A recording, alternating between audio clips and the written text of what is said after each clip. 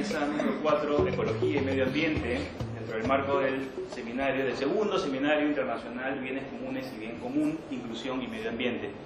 Les pediría por favor a los ponentes que pasen adelante y tomen asiento.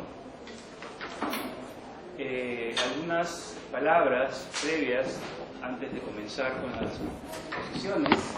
Como ya saben, el tiempo de exposición es de 15 minutos por ponencia. Después de eso va a haber algunos minutos dedicados a la discusión con el público y luego va a haber un breve receso, y a las 5 de la tarde, por favor, tenemos la última sesión plenaria en el Auditorio de Humanidades, donde fueron las dos primeras mesas, y ahí los moderadores de cada una de las 4 mesas simultáneas vamos a exponer las conclusiones de las mesas y va a haber una nueva discusión tratando ya de articular los diversos temas expuestos. ¿Bien? Entonces comenzamos con la primera ponencia a cargo del señor Carlos Alberto Rojas Marcos. Carlos Alberto Rojas es egresado de la Maestría de Sociología de la Universidad Católica, psicólogo por la Universidad Nacional Mayor de San Marcos, tiene especializaciones en gestión pública para el desarrollo regional y local, gestión ambiental, sistemas de gestión integrado, políticas y legislación ambiental, gestión de conflictos socioambientales, liderazgo ambiental, proyectación ambiental y educación ambiental. Trabaja actualmente como especialista en el Ministerio del Ambiente del Perú, el cual ha sido director general de Educación, Cultura y Ciudadanía Ambiental entre el año 2009 y el 2013. Y ha sido también secretario ejecutivo regional de la zona centro del país entre el año 1999 y el 2009.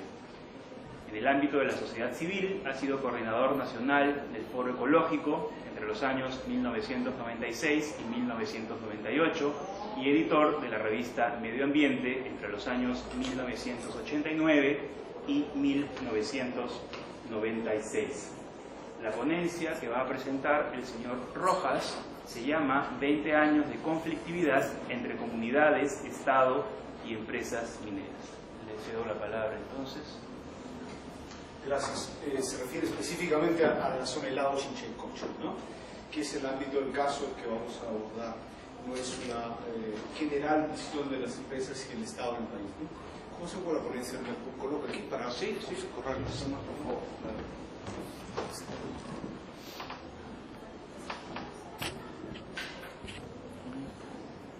Bueno, el lago Chinchaycocha es uno de los más importantes de nuestro país, el segundo más grande. Vamos a abordar en esta ponencia estos 4 puntos, ¿no? Una tips de ubicación de la zona, cuál es el problema que nos convoca y es motivo de análisis, cómo ha evolucionado por parte de los diferentes actores el tema, cuál es la situación y cuáles son las perspectivas del futuro. Bueno, aquí podemos ver una vista aérea del lago Chinchaycocha, está aquí en la región central del país, es visible desde el espacio, está a 4 o 5 horas de Lima, está en la frontera entre Pasco y Junín y es origen de la cuenca del río Mantaro, ¿no? Que hace este recorrido y abarca 4 departamentos de nuestro país. Tiene accesibilidad, se pueden ver las carreteras por varios frentes, cercana a ciudades como Cerro Pasco, la ciudad de Junín. Esta es una visión, también es núcleo de la Reserva Nacional de Junín, ¿no? Que está en formato verde aquí y es contiguo a otras 2 áreas naturales protegidas, una formación rocosa natural que es el santuario de Guayay y otra que es histórico-cultural como es el santuario de Chacamarca, ¿no? Se realizó un homenaje a la batalla de Junín, ¿no? En torno al lago hay un conjunto de comunidades que son posesionarios ancestrales del territorio y de los recursos, y también hay varios distritos que están entre 2 provincias, la provincia de Pasco al norte y la provincia de Junín en el sur, ¿no? Y cada uno de los departamentos también, ¿no? Esta es una visión de la ciudad, del lago en época húmeda, en época de lluvias, ¿no? Esta es una visión de la época más seca, como ahora, en esta época donde todavía no hay lluvias. Es importante que le prestemos atención a la parte norte, que es la zona donde el lago tiene un nexo de salida hacia el río Mantaro, pero también tiene provisión de aguas de su principal efluente, que es el río San Juan, ¿no? El río San Juan también ha sido principal afluente de contaminación, ¿no? Y deterioro ambiental de la zona, ¿no? Pues aquí está Pasco, aquí está otra empresa minera que la vamos a ver brevemente. No es motivo de la exposición, pero este es el Tajo Abierto de Pasco, las desmonteras, las zonas de relave, y se puede ver claramente, ¿no? El color de las aguas ácidas, ¿no? Que antes eran vertidas al río y llegaban al lago. Esta es la zona de Colquijirca, una empresa Brocal, un Tajo Abierto gigante también, zona de desmonte. Esta fundición fue la primera que se instaló en Latinoamérica, ¿no? Luego, cuando ya se hizo obsoleta, pasó a una fundición grande como la Oroya. O sea, esta es zonas relaveras, etc. Y en conjunto han agregado residuos durante muchas décadas de residuos mineros hacia la zona de esta zona, que se llama el Delta de Upamayo, que particularmente se conformó con la sedimentación de relaves mineros por una represa que se hizo en los años 20, ¿no? Y que hacía la represa, juntaba el agua que bajaba, pero también juntaba obviamente todos los contaminantes, ¿no? Y hacía que ingresaran hacia el lago. Esto es una visión más cercana de cómo estaba en época seca la zona lo ven, son inmensas playas de relaves y residuos mineros, ¿no? Aquí está la represa, una visión más cercana de la represa, que es por donde desagua el lago Chinchaycocha y vierte a aguas al río Mantaro. Literalmente aquí empieza el río Mantaro. Esta es una visión gráfica desde el piso del piso de la represa. Y bueno, tiene lados importantes por varias razones, ¿no? Razones naturales, geográficas, razones históricas, culturales. Debido a una nación Pumpo que asentó allí, tuvo un importante rol también en Tahuantinsuyo y obviamente en los albores de la República, ¿no? Allí fue donde se realizó cercano a la batalla de Junín, ¿no? Por supuesto también hay todo un peso económico muy importante que tiene que ver con la cantidad de aguas que ha reservado y han sido aprovechadas para fines energéticos, ¿no? Ahí aparece un poco el tema de los bienes en uso y en conflicto, ¿no?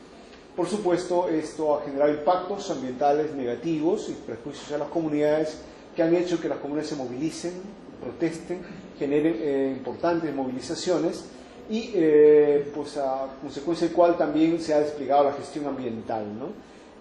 Se han hecho importantes estudios, casi los estudios más importantes que se han hecho en el país, por ejemplo,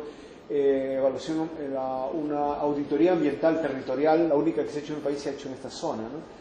Se han hecho los PAMAS, estudios de impacto ambiental, planes de manejo, planes de gestión de residuos, planes de manejo de especies de fauna, etc. Todos los instrumentos de gestión ambiental se han aplicado en la zona. Así que es muy relevante para fines de la gestión ambiental, particularmente la construcción de la institucionalidad, que es lo que vamos a hablar un poquito ahora. Bueno, ¿cuál es el problema? Allí básicamente hay dos problemas percibidos y fáciles de entender. La contaminación de las operaciones mineras, ¿no? Y los pasivos dejados por operaciones antiguas de las propias minerías, ¿no? Pasivos, digamos, ¿no? Obviamente también hay vertimientos de desagües y de basuras por parte de las ciudades que se agregan.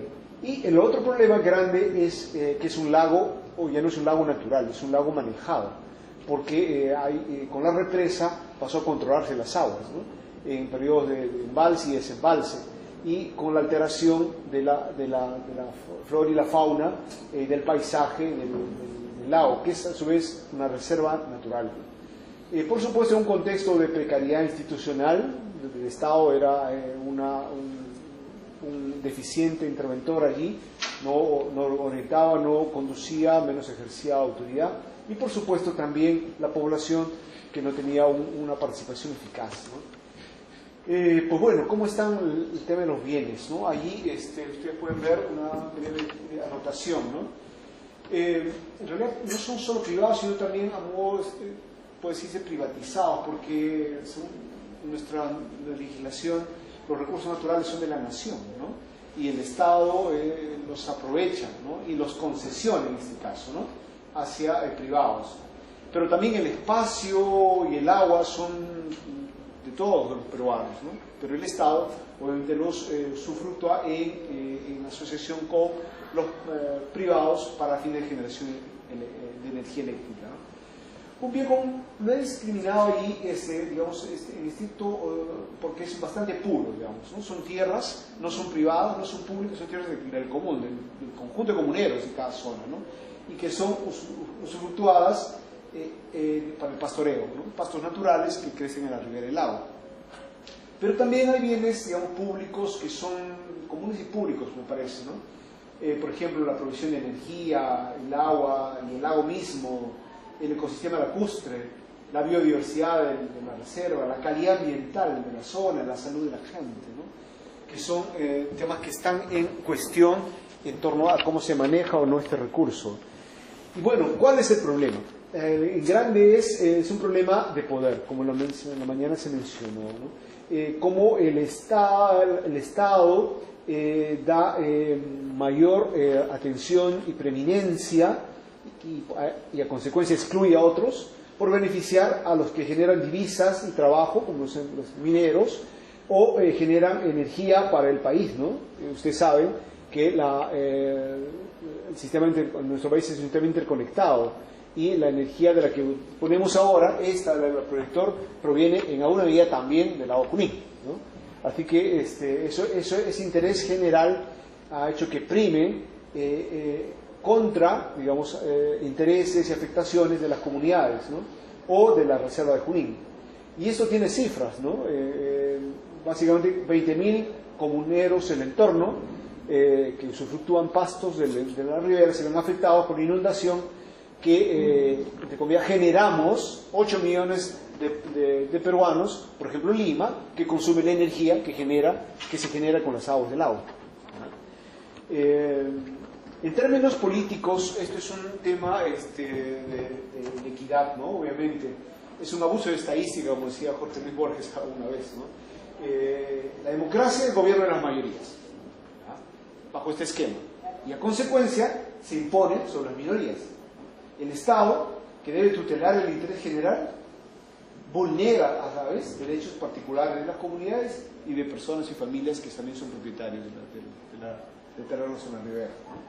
En términos económicos, la gestión, resalto, ligada de bienes públicos difusos por el agua, por ejemplo, o el lago, pero ligada con los privatizados, los generadores de energía eléctrica, ¿no?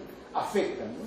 La gestión de bienes comunes particulares, por ejemplo, los pastos o bienes comunes como la biodiversidad. Quizá en términos más descriptivos podríamos decirlo allí, ¿no?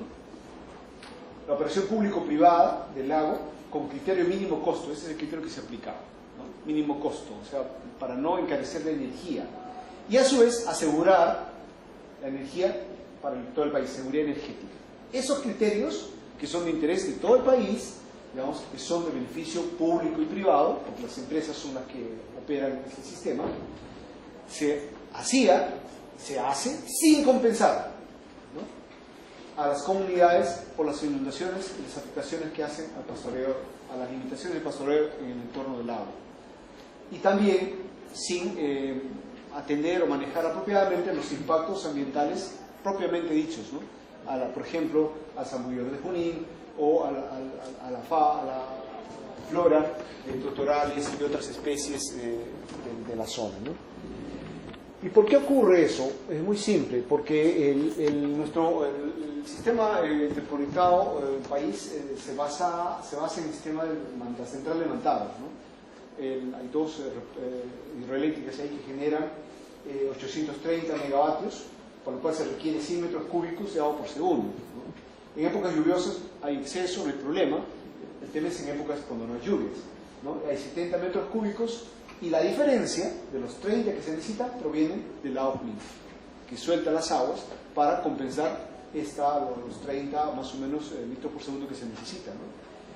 Y eso es digamos, el peso que tiene el lago en el sistema interconectado, para lo cual se estableció un cronograma, se normó, se reguló con volúmenes específicos a acumular y a desaguar literalmente en el segundo semestre de cada año.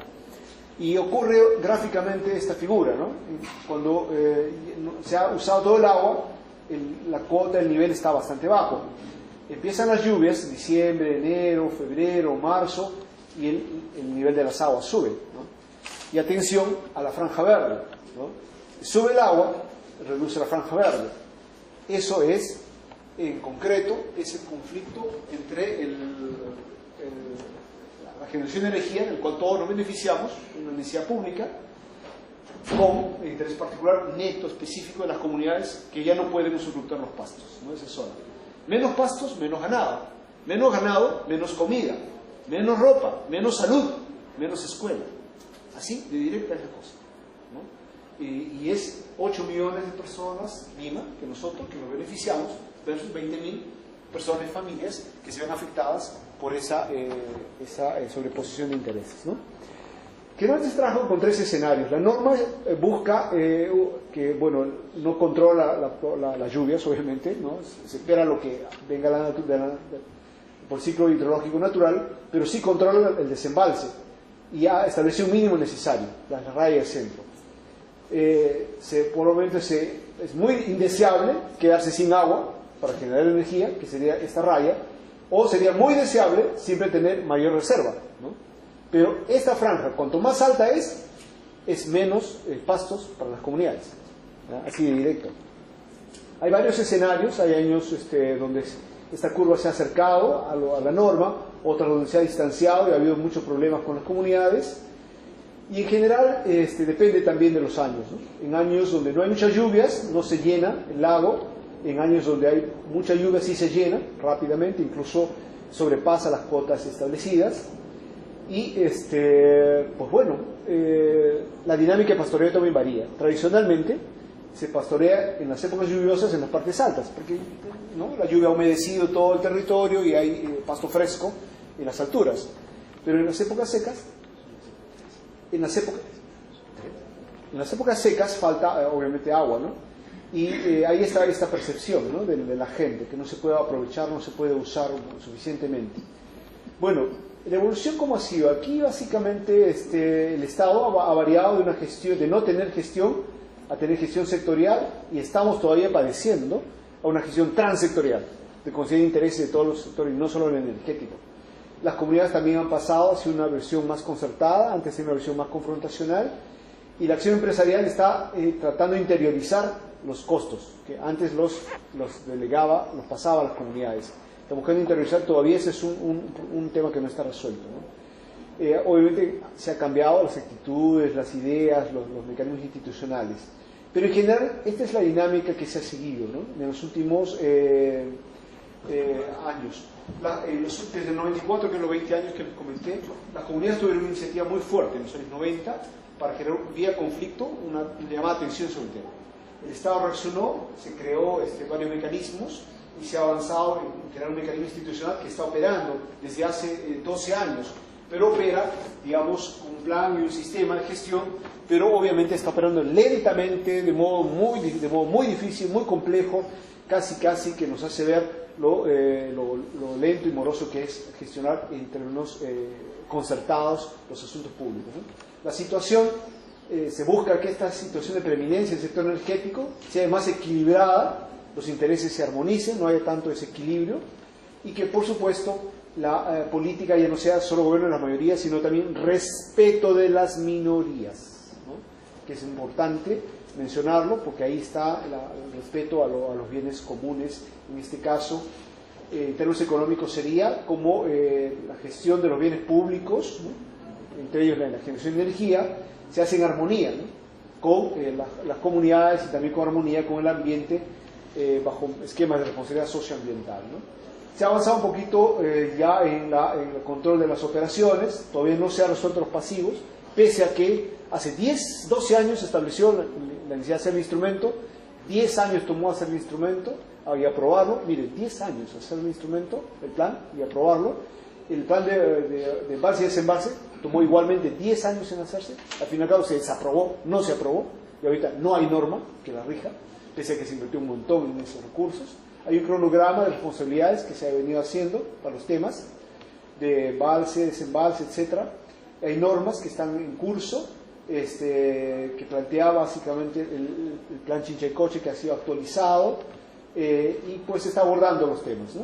Y con eso termino. Tanto el tema de la cota, cuánto se permite embalse y por tanto cuánto se inunda, como también el cronograma, ¿no? Cómo se desembalsa para, en este caso, no afectar tanto a las comunidades, ¿no? Y ahí la norma que está vigente ahorita es una provisional. Pero mire, va a ser 6 años de provisional. Empezó en el 2010 y está programado hasta el 2016, ya, ¿no? Esta norma, mire, acaba de ser publicada la semana pasada, ¿no? Hace poquísimo, en agosto, perdón. Y ya estableció un cronograma diferente, ¿no? Bueno, los retos, básicamente, este es el plan actualizado y aunque se cumpla ese plan de modo más eficiente que en los 10 años anteriores, que estando aprobado, se avanzó muy poco, ¿no? Y que se cumplan principalmente los que tienen que ver con la regulación, ¿no? Con el manejo pasivo, que opere el sistema y obviamente todos trabajen, ¿no? Bueno, eso es todo, y ahí está una pequeña recurso anémico con todo lo que decía en la exposición. Si hay tiempo en el momento de poder explicar, es un recurso anémico para toda la jerga del trabajo del seminario. Gracias.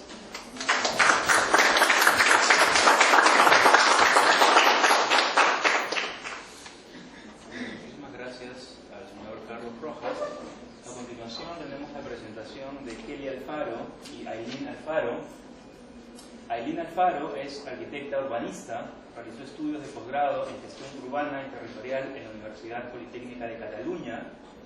Colaboró con el desarrollo del libro Potencial de Sostenibilidad de los Asentamientos Humanos del autor Josep Antequera, publicado en Barcelona en el 2009. Kelly Alfaro estudió Ingeniería Económica en la UNI y está cursando actualmente una maestría en Desarrollo Ambiental aquí en la Universidad Católica. Sus intereses son la economía institucional, la economía ambiental y ecológica y, por supuesto, los bienes comunes. La ponencia que van a presentar se titula Los espacios de uso común, una urgencia para la salud de Lima.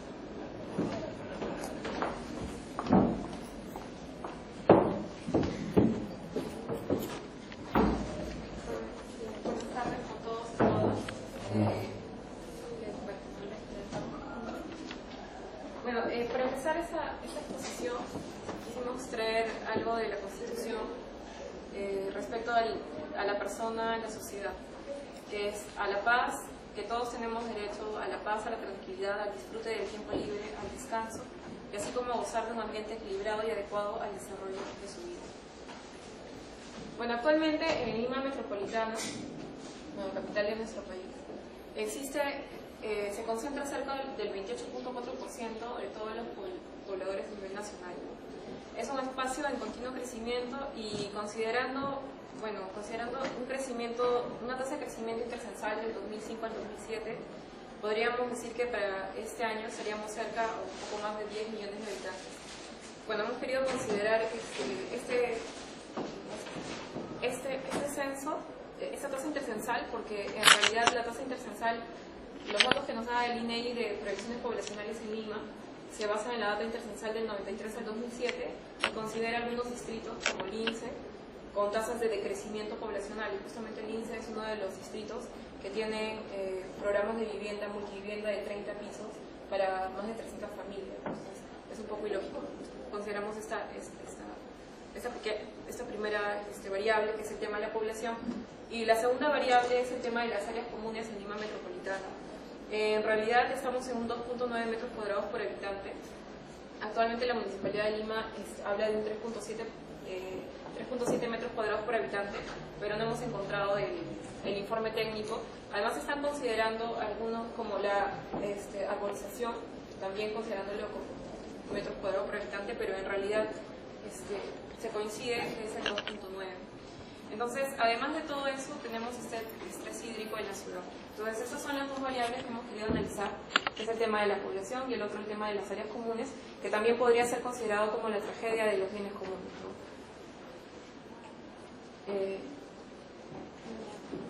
Hemos considerado áreas comunes al espacio público y específicamente el indicador metros cuadrados de área verde por persona.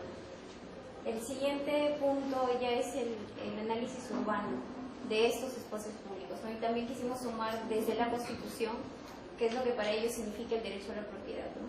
Entonces, el derecho a la propiedad es inviolable, el Estado lo garantiza, se ejerce en armonía con el bien común y dentro de los límites de la ley.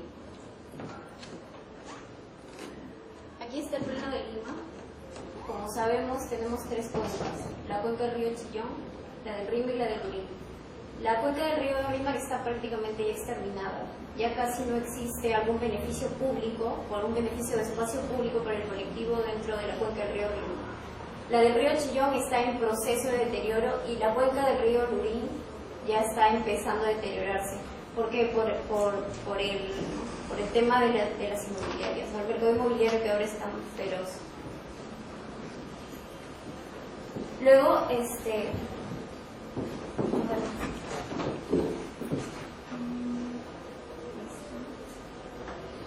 lo que tratamos de analizar también aquí es ver qué espacios, qué potenciales espacios públicos podemos tener en Lima. Esos potenciales espacios públicos lo hemos clasificado en tres: los terrenos de las Fuerzas Armadas, que son los del Ministerio de Defensa, que ahora están en remate; lo del INPE, que prácticamente ya también están en remate; y el posible próximo gran remate SEDAPAC. Hemos hecho un cálculo de hectáreas, y las Fuerzas Armadas, el color, como verán, el color rosa significa las que ya están vendidas, el rojo las que potenciales que van a ser vendidas, y bueno, y las del INPE y SEDAPAC que todavía no están vendidas, pero estas son hectáreas. Lo que hace una sumatoria de 821 hectáreas posibles para espacios comunes en Lima. O sea, el espacio público, ¿qué es el espacio público? Es el espacio donde convergen, es un espacio colectivo, es un espacio de ocio, que más adelante ya verán en las otras diapositivas cómo valorizamos esos espacios, y esas valorizaciones no están dentro del valor del terreno, ¿no? Cuando el Estado vende, solamente vende por el valor del metro cuadrado. Entonces hace un total de 821 hectáreas. Si sumáramos toda esta área verde al área de Lima, a las áreas verdes, metro cuadrado por persona, aumentaríamos un punto. Pero un punto es bastante para lo que ahora tenemos. Luego, ¿qué tenemos? Las tres áreas que ya se han vendido, que son del Ministerio de Defensa, que son el cuartel San Martín, que como verán está en Miraflores, el de Salaberry, que ha sido concesionado por 30 años, y el cuartel La Pólvora, que está en el Agustino, que también ha sido vendida. Y una de las cosas que nos pareció interesante es ver quiénes son los que compran estos terrenos, ¿no? Uno de ellos, la mayoría, está entre Graña Montero e Intercor, por lo menos los que han vendido estos tres terrenos, que son potenciales espacios públicos dentro de Lima. Luego, ¿qué más tenemos? La ley. ¿Qué es lo que nos dice la norma? La norma nos dice que los bienes, cuando uno hace una habilitación urbana, nos dicen que los espacios de recreación son de dominio público. ¿Qué significa de dominio público? Significa prácticamente invendibles. Es lo que nos dice la norma. Pero ¿qué es lo que sucede? Incluso si es que yo no quisiera, si tuviera una política de conservación de espacios públicos, a través de la zonificación, ¿la zonificación qué es? Es el documento que me dice qué usos yo puedo tener dentro de Lima. Si yo no cambio ese uso que le doy a recreación, yo no podría hacer vivienda. ¿Por qué? Porque lamentablemente no existe una política de vivienda en el que se planifique la vivienda ya no dentro de la ciudad de Lima, porque Lima ya no puede crecer más, sino que debería ser planificada a nivel de la provincia de Lima y unirse por medios de movilidad alternativos, ¿no? Uno de ellos puede ser el tren, como se hace en otras partes del mundo. Entonces, como la política de vivienda está planteada de alguna manera que no ve el bien común, lo que hace es exterminar con los potenciales espacios públicos. Entonces, dentro de ellas tenemos, como le digo, la ordenanza 836, que me dice muy bien, yo tengo mis espacios públicos, o sea, si yo tuviera una política de espacio público como gobierno, convertiría estos espacios en espacio público. Si haría eso, podría, por medio del dominio público, hacer de que ninguno de estos terrenos se vendan. Pero en la misma ordenanza 836 hay una cláusula que es el artículo 10 en el cual a mí me permite vender estos espacios públicos. Entonces, así como que tienes la ley, pero también tengo la manera de interpretarla para que se beneficien privados. Entonces, ¿qué más tenemos dentro de Lima, ¿no? Lo que se hablaba sobre el estrés hídrico. Se habla que el 80% de las viviendas en Lima tienen agua, pero solo las viviendas que tienen conexión pública. No se habla de los asentamientos humanos, no se habla de las zonas donde todavía no hay redes de agua ni de desagüe. Entonces, ¿qué significa esto? Que dentro de 5 años, por ejemplo, el cono norte no tiene agua, 60% del cono norte no tiene agua. ¿De dónde viene esa agua? De la cordillera de Junín, como muy bien decía el anterior ponente. Entonces, ¿qué es lo que sucede? Que como se están planteando de alguna manera las políticas de vivienda, lo que quieren hacer es atomizar más Lima, pero existe agua para atomizar Lima en temas de vivienda. Entonces es una de las problemáticas. Segundo, cuando yo vendo un posible terreno que puede ser espacio público y lo convierto en mall, ¿qué es lo que me genera? Me genera impactos negativos, dentro de ellos el impacto vial. No sé si ustedes han pasado por el nuevo centro comercial de Salaberry. Lo primero que genera es congestionamiento, caos, smog, etc. Entonces no existe realmente una política de espacio público visto desde el bien común. Lo mismo me sucede con San Martín. ¿Dónde está ubicado? En la avenida Pérez Araníbal. ¿Qué pasará en un futuro cuando esto tenga torres de vivienda de 80 pisos? ¿Cuánta densidad de población? Es impresionante. Que es un debate que no se realiza a nivel de ciudadano, no es un debate en el que dice, muy bien, yo quiero saber qué es lo que va a ocurrir con este potencial espacio público, que es un terreno del Estado y por ende es un terreno de todos nosotros. Entonces, ¿qué pasa con eso, no? Entonces, aquí analizamos la pólvora que está en el Agustino, que también por un tema de emplazamiento, o sea, el análisis urbano, en este caso, para beneficiar al comercio, ha sido muy interesante. También en los casos anteriores, ¿por qué? Porque se ubican en vías donde transitan muchas personas. Tienes transporte público, privado. Entonces, ¿qué es lo que sucede aquí? Tenemos el área de vivienda, en el cual los aportes significa que de esta área total, el 10% le corresponde a la administración pública, el 8% a recreación pública y el 2% al Minedo, es decir, para colegios. Y también tenemos un área que es de comercio, que de ahí a CERPAR le corresponde 5%, al FOMUR 3%, que es de renovación urbana, y es un aporte más que es del 2%. Esto me hace que tenga un 10%. El tema es, por ejemplo aquí, de esta área, a CERPAR le corresponde, CERPAR son servicios de parques y jardines, le corresponde un 5%. Como verán, esta es una imagen Google Earth, no existe este aporte a CERPAR. Entonces, ese aporte, ¿cómo es que va redimido? En dinero. ¿Qué quiere decir eso? Yo puedo comprar áreas verdes. CERPAR el año pasado vendió 33 parques, posibles parques. Eso significó 12 millones de soles para CERPAR. El tema es, ¿qué significa la política de espacio público aquí en la ciudad de Lima? O sea, la ciudad de Lima también ha sido depredada y está siendo depredada si realmente no nos ponemos a debatir. Bueno, para tocar un poco más el tema de por qué simplemente o el gobierno y también los ciudadanos no solo nos estamos fijando en el precio de mercado, porque eso es lo que está pasando. Al momento de que CERPAR simplemente acepta el precio de mercado y no estamos considerando otros valores, nos preguntamos cuál es la importancia del área verde en la ciudad. Y bueno, efectivamente en la ciudad o el área verde no solamente vamos a hablarlo en términos económicos, sino también en términos ambientales y sociales. ¿Y qué significa? Significa que hay valor no solamente de plusvalía o valor de inversiones como atractivo de inversiones, sino también el espacio verde en la ciudad es un regulador de temperatura, genera equilibrio ecológico en la ciudad, es una zona de reproducción y generación de especies de fauna, sobre todo aves, es reductor de ruido, polvo, absorbe CO2, es calidad de vida. Lima es una de las ciudades que tiene menor metros cuadrados por habitante. Esto la OMS nos dice que debe estar entre 9 a 12 metros por habitante, nosotros tenemos 2.9. Y también un parque, ¿qué significa en términos de calidad de vida o en desarrollo humano? Cultura, paseos, deporte y actividades públicas o actividades donde no vamos a tener que gastar, ¿no?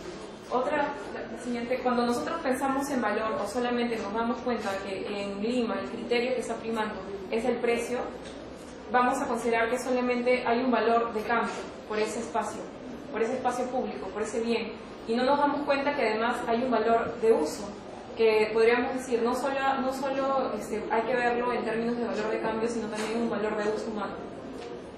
Y esos potenciales valores son los que están en el lado derecho, ¿no? Hay además un espacio público en la ciudad genera comercio local. En el otro lado, si es que simplemente lo vendes, vas a tener comercio multinacional. Vas a tener ocio gratuito porque simplemente vas y te sientas o vas y juegas con tu hijo o hija. En el otro lado tienes socio comercial porque obviamente si quieres ir a divertirte tienes que pagar con Happyland, etc. Tienes recreación pasiva, recreación activa, cultura, paisaje y educación ambiental, movilidad sostenible, hábitat, biodiversidad. En general tienes salud. Y en el otro lado simplemente estamos dejando de ver muchos valores que nos dan los bienes públicos y solamente estamos viendo o la ciudad está viendo y los que nos gobiernan simplemente el plusvalor y los diferentes valores comerciales que generan esos espacios. La idea de esta exposición también era un poco reflexionar de finalmente nosotros vivimos en ciudades, estamos en la ciudad, es un sistema artificial, pero debemos cuidar esos pequeños espacios, ¿no? Que nos generan tantos valores, que son los valores de uso humano, que hay que visibilizar.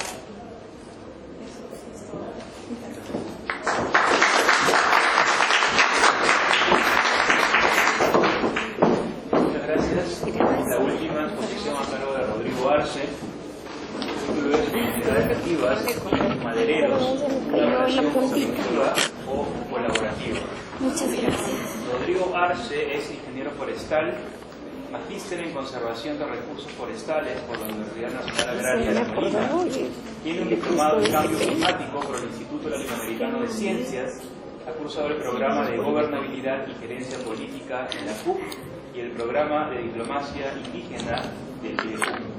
Ha desarrollado cursos de posgrado en biología de la conservación, manejo de zonas de amortiguamiento de áreas protegidas, agroecología y pedagogía universitaria. Ha orientado su carrera profesional en una perspectiva de desarrollo rural con enfoque de derechos. Como tal, cuenta con experiencia relevante en el campo de las ciencias forestales, cambio climático, agrobiodiversidad y agroecología. En el campo de las ciencias sociales, cuenta con experiencia en derechos indígenas, políticas públicas e incidencia política, descentralización y gobernanza. Ha desarrollado la especialidad de facilitación de procesos sociales y es autor de diversas publicaciones sobre estos temas. Le doy entonces la palabra al señor Rodrigo Arce. Bien, muchas gracias. Buenas tardes a todas y todos. Vamos a compartir unas reflexiones respecto a cómo se dan las relaciones entre comunidades nativas y madereros. Nos preguntábamos, ¿es una relación colaborativa? ¿Es una relación conflictiva? ¿No? Entonces, en base a esa pregunta, empezamos a hacer una investigación. ¿Qué pasa? ¿No? Esta es la estructura de la presentación. Vamos a hacer un rápido diagnóstico. Vamos a ver las diferentes manifestaciones de las relaciones comerciales entre comunidades y empresas forestales. ¿Cuáles son los impactos de estas relaciones? Los conflictos como tales. ¿Qué avances, qué alternativas se han ido generando? Bueno, y algunas conclusiones y recomendaciones. Muy bien. Con relación al diagnóstico, de acuerdo a la ley forestal vigente, la comunidad tiene el derecho exclusivo para aprovechar sus bosques. Tiene derecho exclusivo para aprovechar sus bosques. Y este aprovechamiento puede ser con fines comerciales o para subsistencia.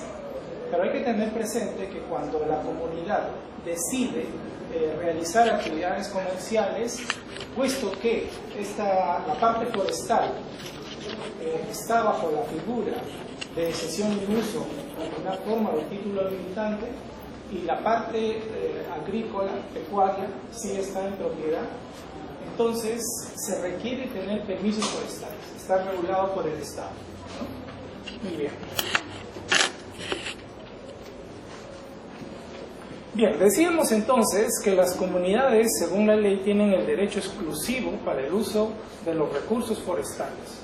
Pero en nombre de ese uso exclusivo, también las comunidades pueden establecer acuerdos con madereros, como en la práctica es lo que sucede, ¿no? Pero ¿qué pasa con este tipo de contratos? La mayoría son contratos asimétricos, inequitativos, poco transparentes o nada transparentes, ¿no? Ahora, hay un tema que hay que tener presente. Cuando la comunidad establece acuerdos con los madereros, toda la documentación se mantiene a nombre de la comunidad, es decir, el permiso forestal, el RUC, la lista para movilización de troces, etc. Todo sale a nombre de la comunidad, específicamente a nombre del jefe, ¿no? ¿Y qué pasa cuando hay incumplimiento? No hay previsiones para amonestaciones o sanciones o compensaciones si hay desacuerdo. Recuerden que todos los títulos están a nombre de la comunidad, ¿no? Vamos a ver qué es lo que está pasando. Bueno, ya hemos hablado, hay suficiente sustentación para decir que realmente estos acuerdos son asimétricos, inequitativos y no transparentes. Pero hay que tener presente, puesto que se dice que si la comunidad tiene derecho exclusivo a hacer uso de sus recursos forestales, los acuerdos que puedan hacer quedan en el ámbito privado, como elemento externo, ¿no? Una transacción externa.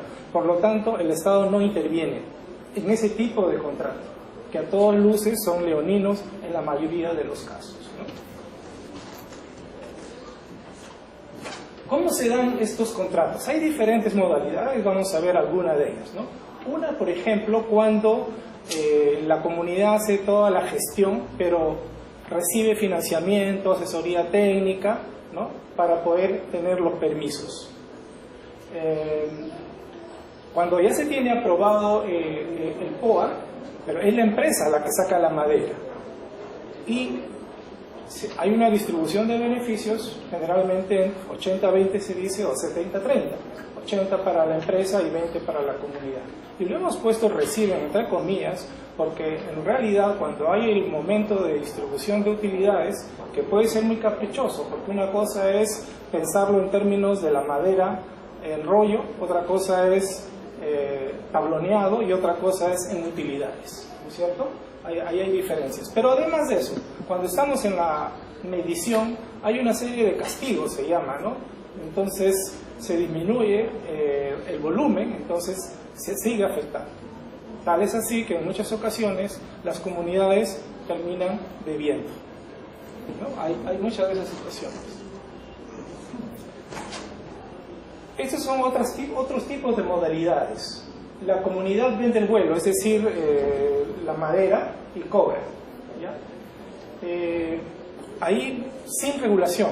En otras palabras, esto sería una actividad ilegal, sin regulación.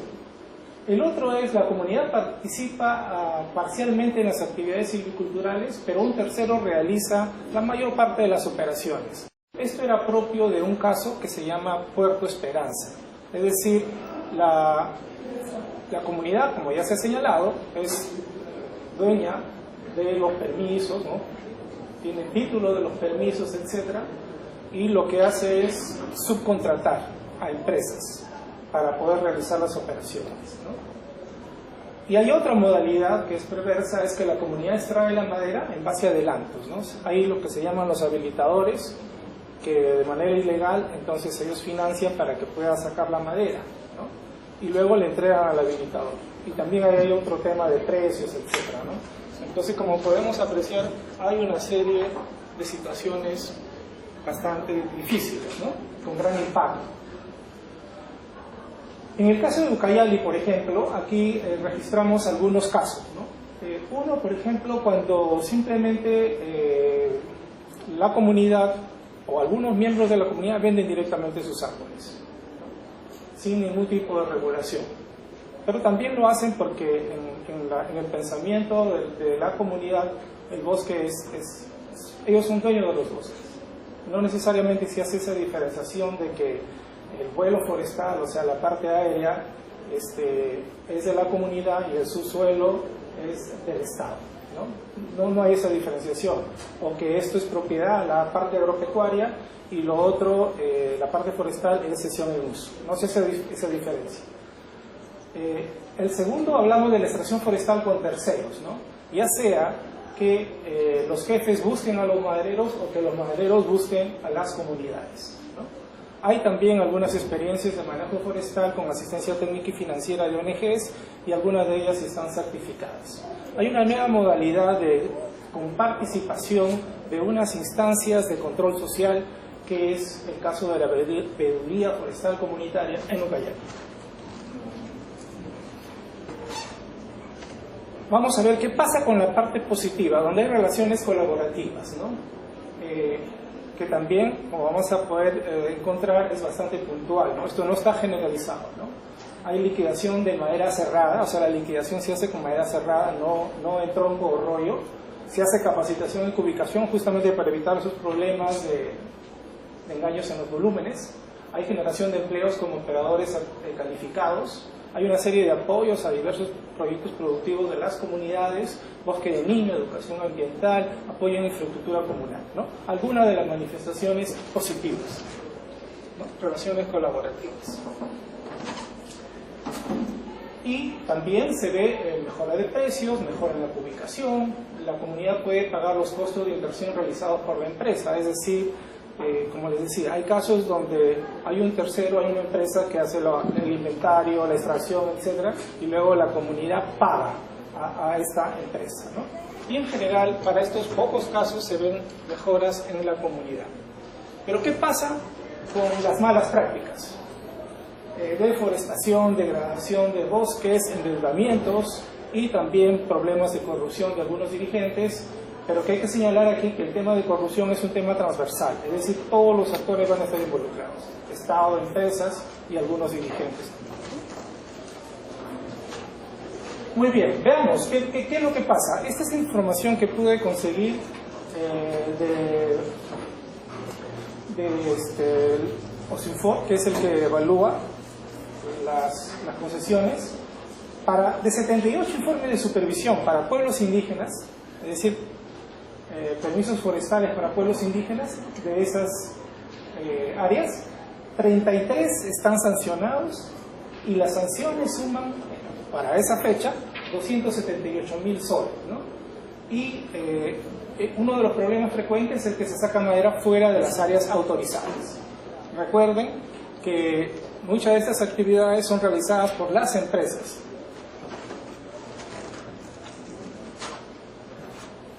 ¿Y qué es lo que nos dice OSINFOR? Nos dice, entonces, hemos encontrado este tipo de información falsa, ¿no? Y OSINFOR ha actuado y se ha movilizado 53.000 metros cúbicos de madera ilegal, y ahí hay un equivalente volumen, ¿no es cierto?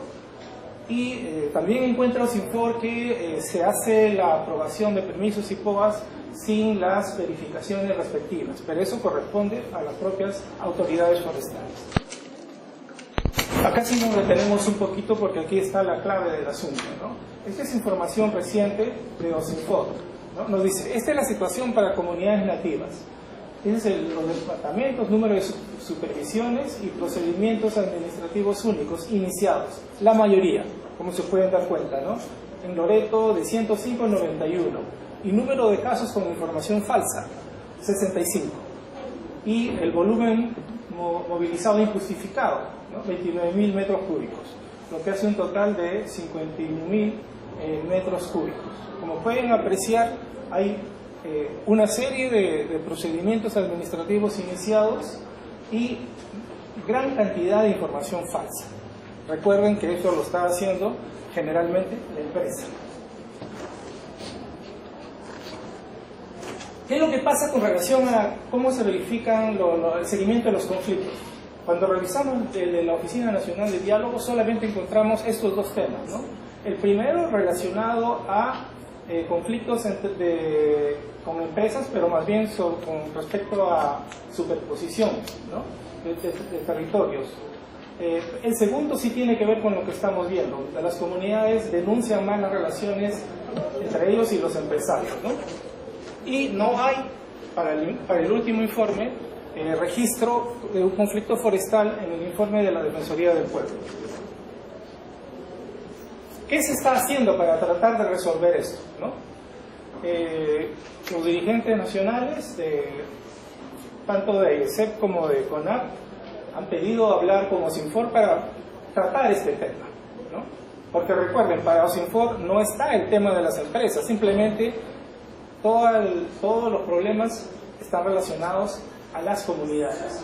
OSINFOR también realiza capacitación y existe la veeduría forestal comunitaria que tiene como objetivo promover acuerdos equitativos entre empresas y comunidades. Hay algunos avances respecto al trabajo de la veeduría forestal comunitaria, ¿no? Entonces vemos que 51 de 300 comunidades ya tienen permiso forestal y venden madera de origen legal, ¿no? Y encontramos a comunidades que tienen mejores elementos para negociar con las empresas y obviamente tiene repercusión positiva, ¿no? Muy bien, sí, ya estamos terminando entonces. Conclusiones. Como podemos apreciar, hay muchas relaciones, subsisten estas relaciones asimétricas entre las comunidades nativas y madereros que obviamente tienen que ser revertidos, ¿no? Ahora bien, el grado de conflictividad entre comunidades nativas y madereros es bajo. Así no estamos encontrando registros de madereros, porque esa es la forma como se ha desarrollado las actividades, ¿no? Las tensiones más bien se dan con el Estado, SINFOR, SUNAT y ahora también en general con el Estado, donde se plantea el tema legítimamente el tema de los derechos territoriales, pero no se está abordando en su real dimensión este tema de los conflictos que hay con relación al uso de estos recursos forestales, ¿no? Existen algunos pocos casos de relaciones colaborativas que pueden y deben ser fortalecidas, ¿no? Y finalmente, las autoridades forestales y tributarias deben conocer de mejor manera la forma en que se desarrollan estas relaciones entre madereros y comunidades. Porque para las autoridades no existen las empresas, simplemente toda la sanción es para la comunidad, ¿no? Las autoridades forestales y tributarias deben establecer un registro de contratos entre comunidades nativas y madereros. La ley la última, que todavía no está en vigente por el tema del reglamento, ya considera la corresponsabilidad en la implementación de plan de manejo, ¿no? Y se requieren desarrollar mecanismos de control social al interior de las comunidades para reducir los casos también de corrupción. Bueno, eso era lo que quería compartir. Gracias.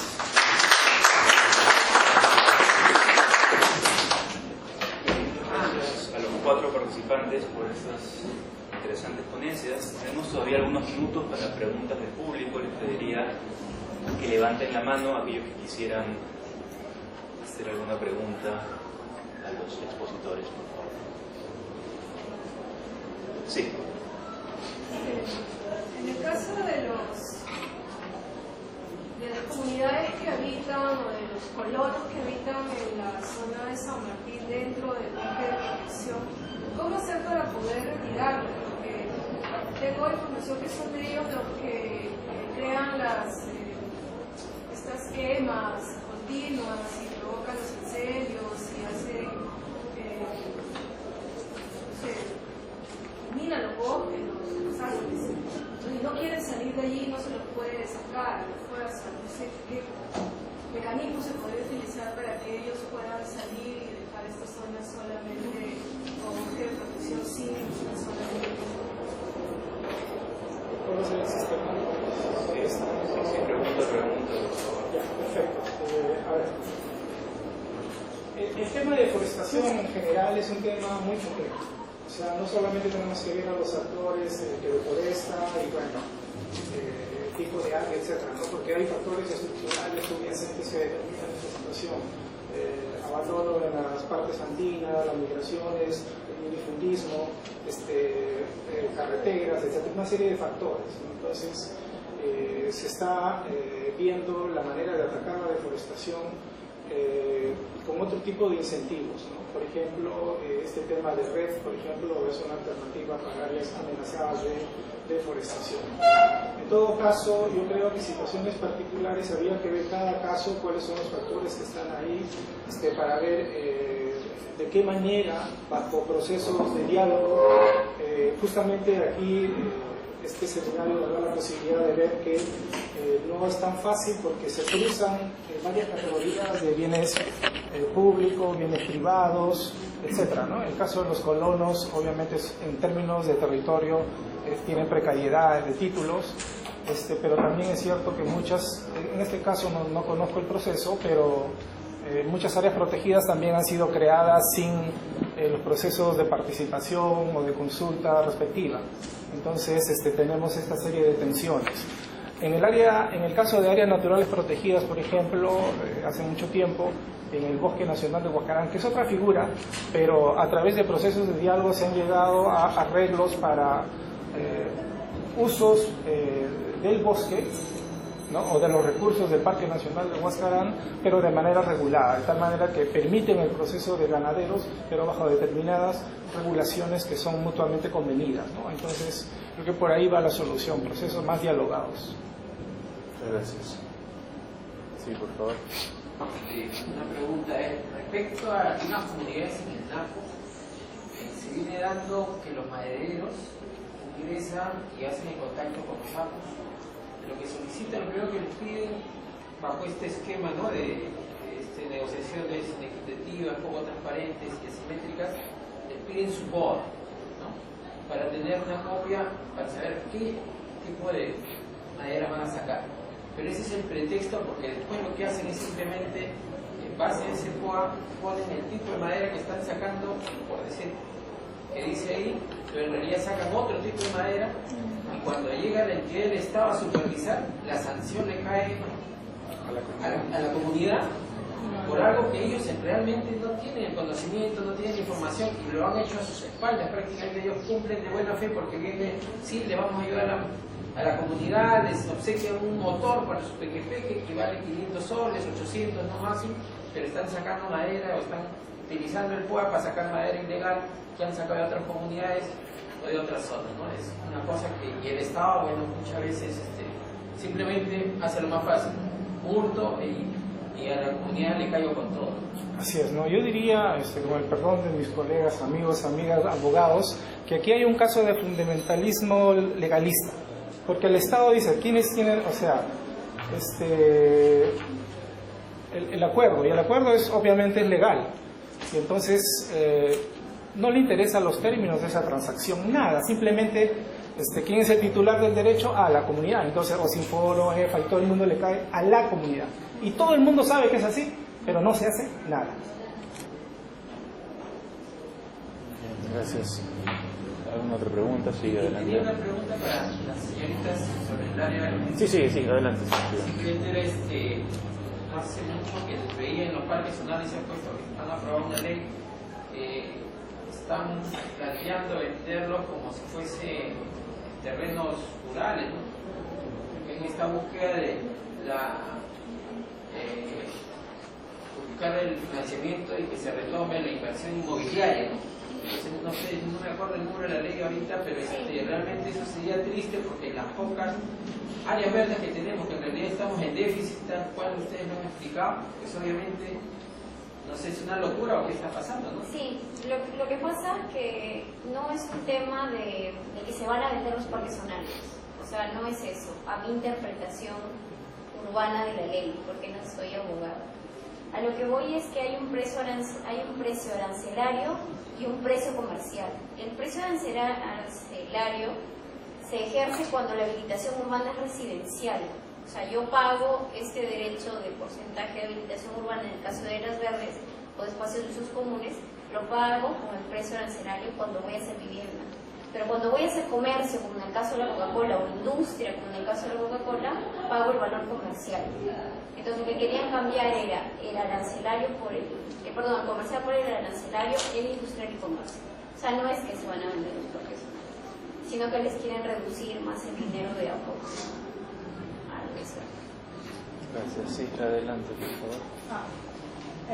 En primer lugar, felicitarlo porque es un tema muy interesante, el tema de al análisis a nivel del desarrollo y cómo se va viendo los bienes comunes a nivel de la zona distrital que es Lima.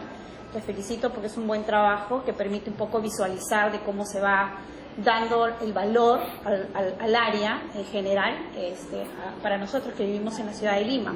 Por otro lado, mi pregunta va específicamente para el ingeniero Rodrigo Arce, que es un tema un poco que es de actualidad, es un tema que ahorita y hace poco ha salido en la noticia la muerte de unos comuneros de la comunidad de Xaninca, justamente con el tema del problema de las empresas madereras, ¿no? Entonces, mi pregunta es si tiene conocimiento, si tiene noción de cuál es la medida, cuál es a través de la experiencia amplia que tiene usted, de cómo se podría visualizar esto y que el Estado, a través de decisiones políticas o a través de la institución competente que es ahora CERFOR, cómo podría coger este problema, esta debilidad que tiene el sector forestal, ¿no? Y que a lo mejor a través de su amplia experiencia en estos campos, usted podría darnos de alguna forma algunas pautas generales a considerar o a tener en cuenta, porque creo que también muchos estamos de alguna forma vinculados con las comunidades y a veces también desconocemos el cómo, ¿no? Enfrentar o poder actuar, ¿no? Entre esta situación, ¿no? Inmediatamente puedo señalar 3 factores, no muy rápido. Uno tiene que ver con cerrar el tema de derechos territoriales, ese es un tema clave, pero el otro tema también tiene que ver con mecanismos de control social, porque resulta que, o sea, muchos de estos contratos se dan también porque son los jefes los que han permitido eso, ¿no? Entonces, y ahí también hay sinónimos, visos de corrupción, ¿no? Como digo, en muchos de los casos. Pero, como estoy diciendo, que el tema de la corrupción es un tema transversal, entonces significa también trabajar el tema de gobernanza en sus 3 dimensiones.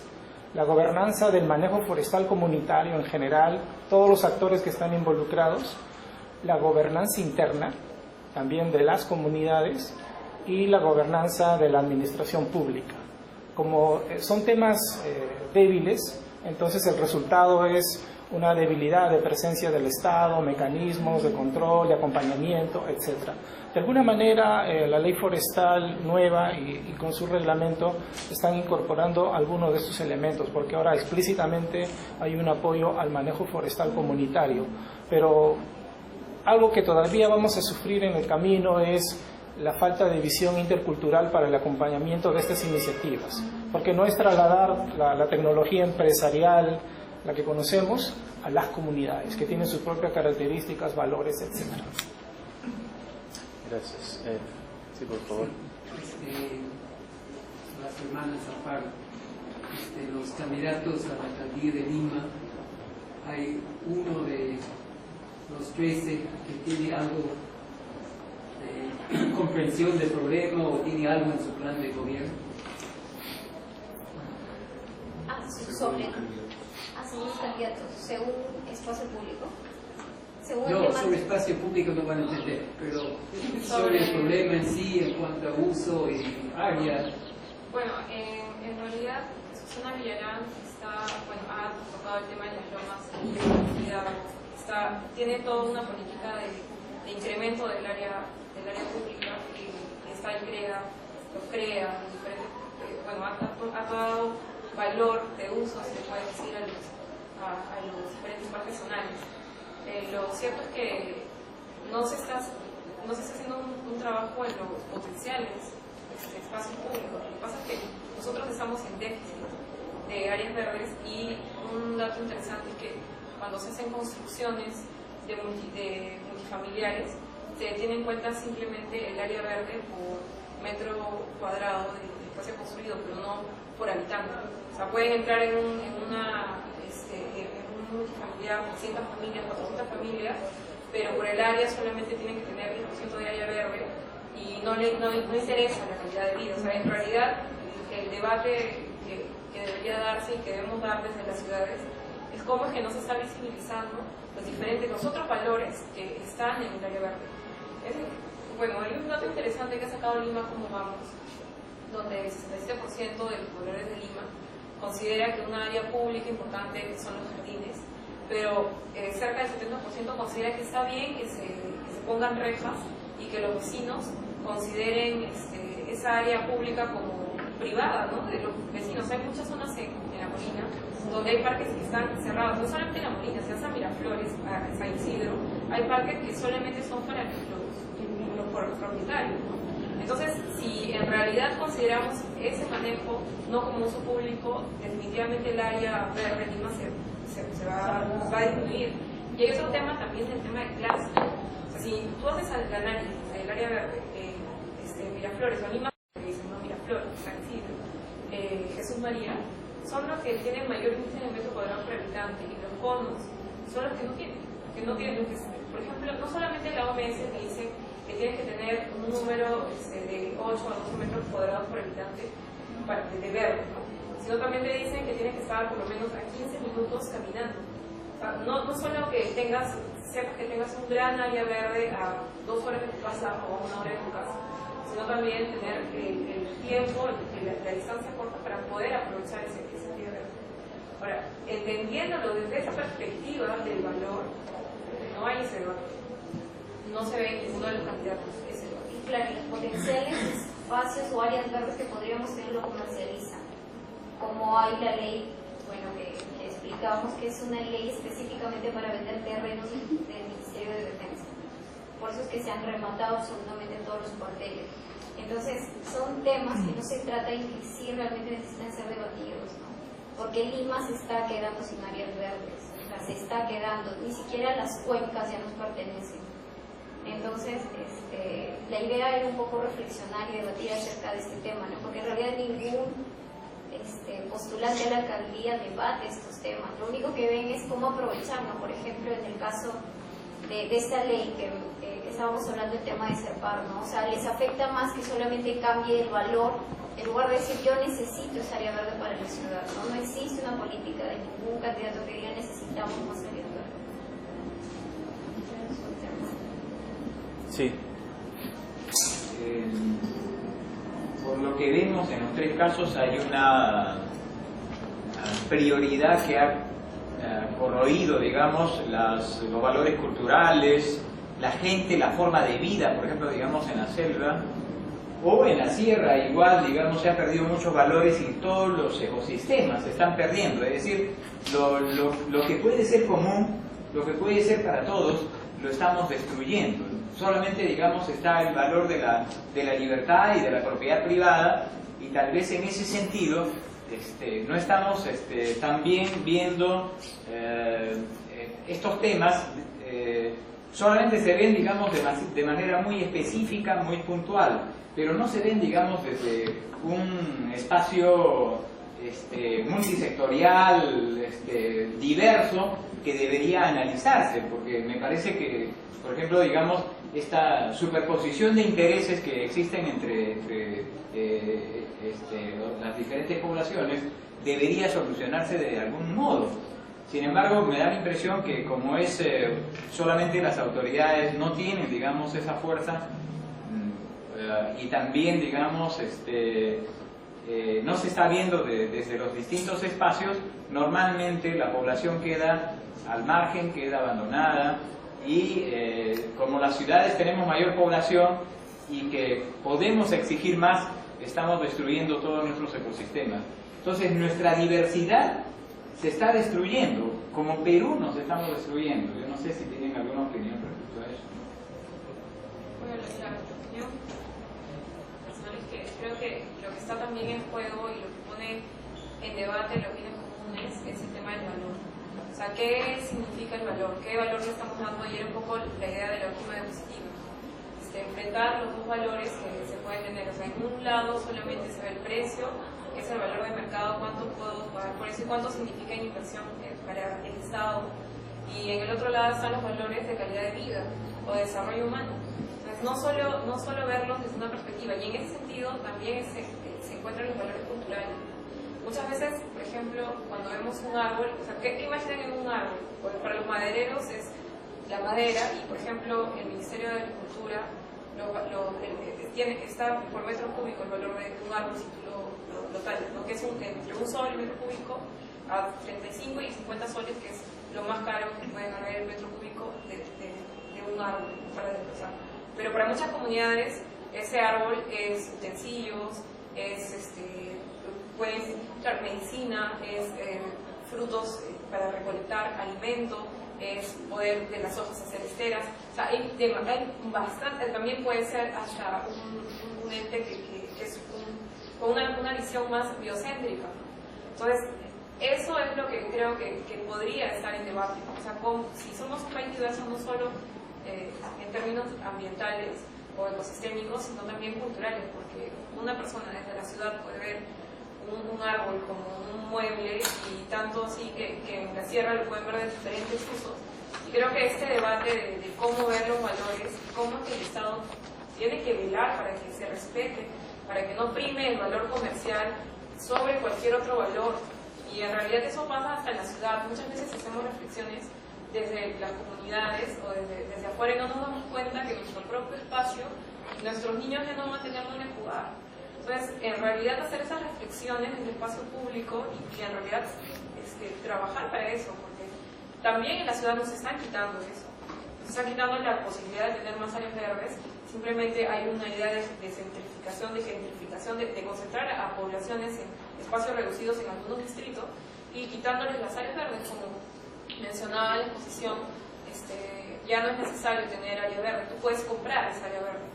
Entonces, hay toda esta idea, creo que en nuestro país está primando el precio en vez de los otros valores.